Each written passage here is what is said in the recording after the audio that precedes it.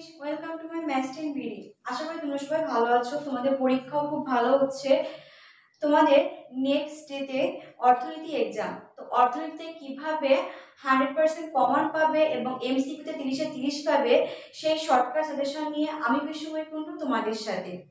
তোমাদের এমসিকিউ তুমি সিকিউতে যদি 100% মার্ক কমন পেতে চাও তাহলে এই পুরো ভিডিওটা তোমাদের দেখতে হবে, কারণ তোমরা যদি এই ভিডিওটা স্কিপ করো তাহলে তোমরা বুঝতে পারবে না এবং অনেক কিছু মিস করে যাবে। তো তোমরা স্কিপ করবে না এবং পুরো ভিডিওটা দেখবে। তোমাদের অর্থনীতিতে সিকিউতে 70% মার্ক, তো তোমাদের সিকিউতে 100% প্রশ্ন কিভাবে কমন পাবে তার জন্য তোমাদের কিছু টিপস তোমাদের ফলো করতে হবে।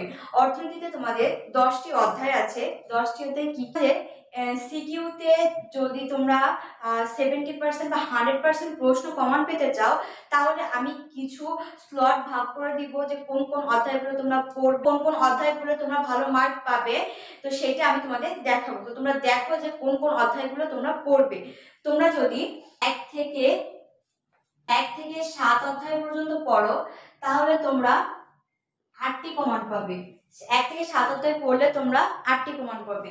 এরপর যদি তোমরা 2 থেকে 9 অধ্যায় পর্যন্ত পড়ো তাহলেও তোমরা 8টি কমন পাবে। 3 থেকে 10 অধ্যায় পর্যন্ত পড়তে চাও তাহলে কিন্তু তোমরা 8 থেকে 9টি কমন পাবে। এরপর মনে করো যে তোমরা 2 থেকে 8 অধ্যায় যদি তারা পড়তে যাচ্ছ তারা 60টি প্রশ্ন কমন তো পাবে, এছাড়াও তোমরা 8টি প্রশ্ন পেয়ে যেতে পারো। তোমাদের 4টি স্লট, এই 4টি স্লটে তোমরা চুজ করো যে কোন স্লটটা তোমরা এই যে 4টি স্লট, এই 4টি স্লটে তোমরা চুজ করো যে কোন স্লটটা তোমরা বেছে নিবে। মনে করো কেউ পড়ছে যে 1 থেকে 7 অধ্যায় পর্যন্ত পড়ছো, তাহলে তোমরা 8টি প্রশ্ন তো কমন পাবে, 8টি ছাড়াও তোমরা 9টি প্রশ্ন পেতে পারো।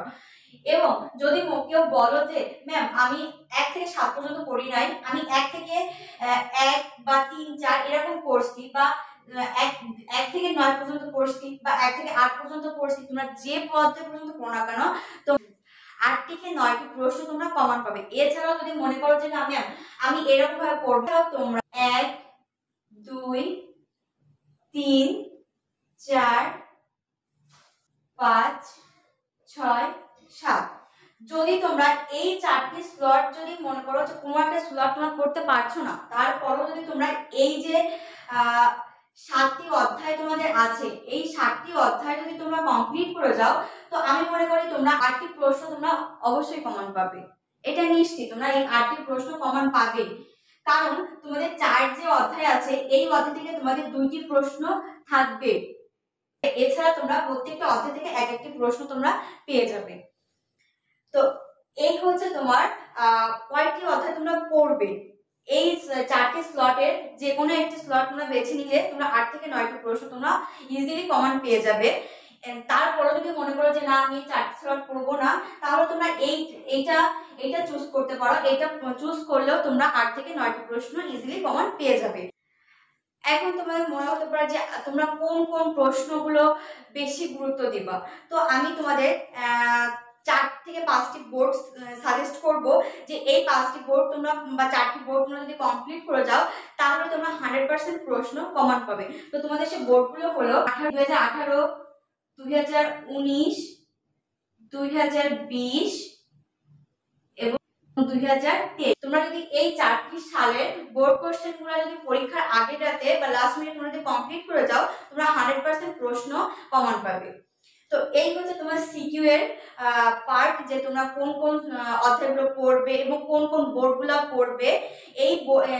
এই অধ্যায় বা এই বোর্ডগুলো যদি পড়ো তাহলে তোমরা 100% প্রশ্ন কমন পাবে এবং তোমরা ইজিলি অ্যান্সার করে আসতে পারবে। এবার আছি তোমরা এমসিকিউতে কিভাবে 30 এ 30 পাবে।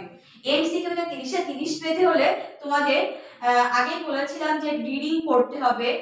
তোমরা অবশ্যই রিডিং সাইড ভালো করে পড়ছো এবং রিডিং আন্ডারলাইন করে পড়ছো। তো এখন তো পুরো বই আন্ডারলাইন করে পড়া বা লাইন বাই লাইন পড়া পসিবল না।